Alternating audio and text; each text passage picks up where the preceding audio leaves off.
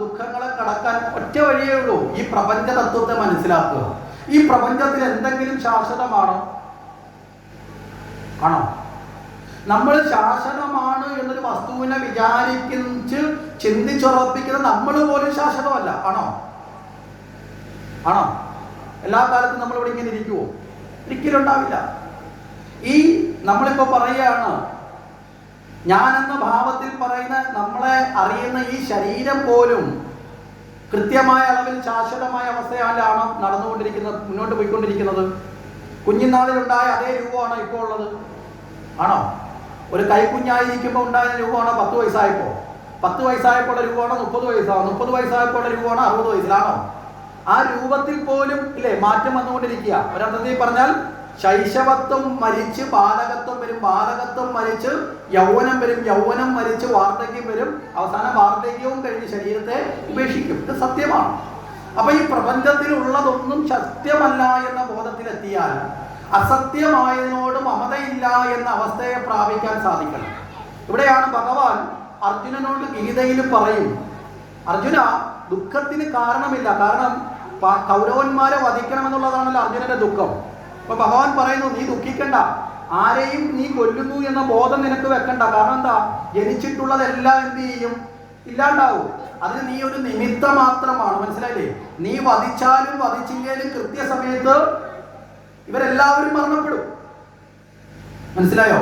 അർജുനൻ കൊന്നില്ലെങ്കിലും എതിർപക്ഷത്ത് നിൽക്കുന്നവർ മരണപ്പെടും. കാരണം അവരുടെ ആയുസ്സിന്റെ അവസാനം എത്തുമ്പോൾ മരണപ്പെടും. പക്ഷെ നീ നിമിത്തമായി മാറിയാൽ അതിന്റെ കീർത്തി നിനക്ക് കിട്ടും, ഇല്ലെങ്കിൽ അകീർത്തി ഉണ്ടാവും. അത് കഴിഞ്ഞിട്ട് പറയുന്ന ഈ പ്രപഞ്ചത്തിൽ 2 തരക്കാരേ ഉള്ളൂ. ഈ ബോധത്തെ നമ്മളൊന്ന് ഉറപ്പിച്ചാൽ നമുക്ക് ഈ ദുഃഖത്തിൽ നിന്ന് കടക്കാൻ സാധിക്കും. അതിനാണ് നമ്മുടെ ഈ ദർശനങ്ങളും പുരാണങ്ങളും ഒക്കെ നമ്മൾ പഠിക്കണം എന്ന് പറയുന്നതിന്റെ കാരണം. ഇവിടെയാണ് ഭഗവത്ഗീതയെ പോലെയുള്ള ഭഗവാന്റെ ശ്രേഷ്ഠ വാണികൾ നമ്മുടെ ജീവിതത്തിന്റെ വഴിത്താരകളായി അല്ലെങ്കിൽ നമ്മുടെ മാർഗദീപങ്ങളായി മാറണമെന്ന് പറയുന്നത്. അല്ലാതെ ഭഗവത്ഗീത വായിച്ചാൽ പുണ്യം കിട്ടാനല്ല, ഭഗവത്ഗീത വായിച്ചാൽ എങ്ങനെ ജീവിക്കണം എന്നൊരു മനുഷ്യനെ വളരെ കൃത്യമായി പഠിപ്പിക്കുന്ന, കൃത്യമായി പറഞ്ഞാൽ ജീവിതത്തിന്റെ വാല്യൂസ്, ധർമ്മബോധത്തെ പകരുന്ന ഏറ്റവും നല്ല മോട്ടിവേഷണൽ ഗ്രന്ഥമാണേത്? ഭഗവത്ഗീത. മനസ്സിലായില്ലേ? ജീവിതത്തിലെ ഏറ്റവും നല്ല മോട്ടിവേഷണൽ ഗ്രന്ഥമാണ് ഭഗവത്ഗീത. അത്ര കരുത്തുറ്റതാണ്.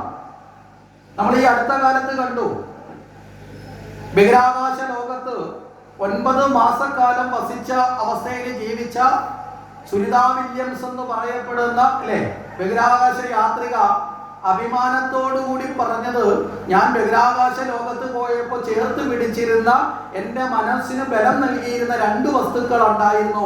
അതിൽ ഒന്ന് ഗണപതിയുടെ ഒരു വിഗ്രഹമായിരുന്നു, രണ്ടാമത്തത് ഭഗവത്ഗീതയായിരുന്നു. മനസ്സിലായില്ലേ? നമ്മൾ ആലോചിച്ചു, ബഹിരാകാശത്ത് വസിക്കാന്ന് പറഞ്ഞാൽ ഒരു വിഷമം വന്നാല് അടുത്തുള്ള ആളിനെ വിളിച്ച് വീട്ടിൽ വരാന്ന് പറയാൻ പറ്റുമോ? മനസ്സിലായില്ലേ? 9 മാസക്കാലം വസിച്ചു. 9 ദിവസത്തേക്ക് പോയവരാണ്. പക്ഷെ 9 മാസം അവിടെ വസിച്ചപ്പോൾ പോലും അവർക്ക് ആത്മബലം കൊടുക്കാനുള്ള കരുത്ത് കൊടുക്കാൻ ഭഗവത്ഗീതയ്ക്ക് സാധിച്ചു എങ്കിൽ ആ ഭഗവത്ഗീത ഇന്നത്തെ തലമുറയിലേക്ക് കൊടുക്കേണ്ടതാണോ അല്ലയോ എന്ന് നമ്മൾ ചിന്തിക്കുക. ഏറ്റവും നല്ല വ്യക്തികളെ വാർത്തെടുക്കാൻ സാധിക്കണം. അവിടെയാണ് ഭഗവാൻ കൃത്യമായിട്ട് പറയുന്നു, അർജുന, 2 തരം ആൾക്കാരെ ഈ പ്രപഞ്ചത്തിലുള്ള. ഒന്ന് ഗതാസൂൻ, 2 അഗതാസൂൻ. ഗതാസൂൻ എന്ന് പറഞ്ഞാൽ പോയി കഴിഞ്ഞവര്, അഗതാസൂൻ എന്ന് പറഞ്ഞാലോ പോകാനുള്ളവര്. ഈ പ്രപഞ്ചത്തിൽ ഇവർ 2 പേരേ ഉള്ളൂ. നമ്മൾ ചിന്തിച്ചോക്കെ, നമ്മളൊക്കെ ജനിക്കുന്നതിന് മുമ്പ് കുറെ പേര് ഇവിടെ വന്നു പോയി ഇല്ലേ? നമ്മൾ ജനിച്ചതിന് ശേഷം വന്നതിൽ കുറെ പേര് പോയി കഴിഞ്ഞു, ഈ ഭൂമിയിൽ നിന്ന് പോയിട്ടില്ലേ? അതിന് നമ്മുടെ മുത്തശ്ശനുണ്ടാവാം, മുത്തശ്ശിയുണ്ടാവാം, അയലത്തുകാരുണ്ടാവാം അല്ലേ? നമ്മൾ കണ്ടിട്ടില്ലാത്തവർ വരെ ഈ ഭൂമിയിൽ ജനിച്ചു പോയി കഴിഞ്ഞു. ഇനി രണ്ടാമത് ഇനി ജനിച്ചിട്ടുള്ള നമ്മളും ഇനി ജനിക്കുന്നവർ ഏത് ഗണത്തിൽപ്പെടും? പോകാനുള്ളവരാണ്. മനസ്സിലായോ? അപ്പൊ പോയി കഴിഞ്ഞവരും പോകാനുള്ളവരുമായവർ മാത്രമേ നമ്മളിവിടെയുള്ളൂ. ഈ പ്ലാറ്റ്ഫോമിൽ ആരും സ്ഥിരതാമസക്കാരില്ല. ഉണ്ടോ? അപ്പം പിന്നെ പോകുന്നവരെ കുറിച്ച് ഓർത്ത് കരയേണ്ട ആവശ്യമുണ്ടോ? ചിലർ മുമ്പിൽ പോകുന്നു, ചിലർ പുറകിൽ പോകുന്നു. നമ്മൾ റെയിൽവേ സ്റ്റേഷനിൽ ചെന്ന് നിൽക്കുന്ന നടക്കാം. നമുക്കുള്ള കൃത്യമായ വണ്ടി വരുമ്പോൾ നമ്മളത് കയറിയേ പറ്റൂ. റെയിൽവേ സ്റ്റേഷനിലാണെങ്കിൽ നമുക്ക് കയറാൻ നമ്മൾ തിരിച്ചു പോകാം. പക്ഷെ ഈ വണ്ടിക്കകത്ത് അങ്ങനെയല്ല, കയറിയേ പറ്റൂ. ആ വണ്ടി ചിലപ്പോൾ ലേറ്റായിട്ട് വന്നാൽ ചിലപ്പോൾ 60 വയസ്സ് വരെ ഇരിക്കും, ചില വണ്ടികൾ മുമ്പേ കയറി വന്നാൽ 30 വയസ്സിലങ്ങ് പോവാം. ഇത്രയേ ഉള്ളൂ വ്യത്യാസം. എന്തായാലും പോകേണ്ടവരാ. പിന്നെ പ്രത്യേകിച്ച് പോകുന്നവരും പോയി കഴിഞ്ഞവരും ഒക്കെ ദുഃഖിക്കേണ്ട കാര്യം യഥാർത്ഥത്തിൽ ഇല്ല എന്ന പരമമായ അവസ്ഥ നമ്മൾ പ്രാപിച്ചാൽ, നേടിയെടുക്കാൻ ശ്രമിച്ചാൽ, ആ അറിവിലേക്ക് എത്താൻ സാധിച്ചാൽ നമുക്ക് എന്തിനെ ഒഴിവാക്കാൻ സാധിക്കും? ദുഃഖത്തെ ഒഴിവാക്കാൻ സാധിക്കും. അപ്പൊ ഈ അറിവുകളൊക്കെ ജീവിതത്തിൽ നമ്മളെ ബലപ്പെടുത്തും. ആത്മബലം തരാനാണ് നമ്മുടെ പുണ്യഗ്രന്ഥങ്ങൾ എന്നുകൂടി നമ്മൾ മനസ്സിലാക്കുക.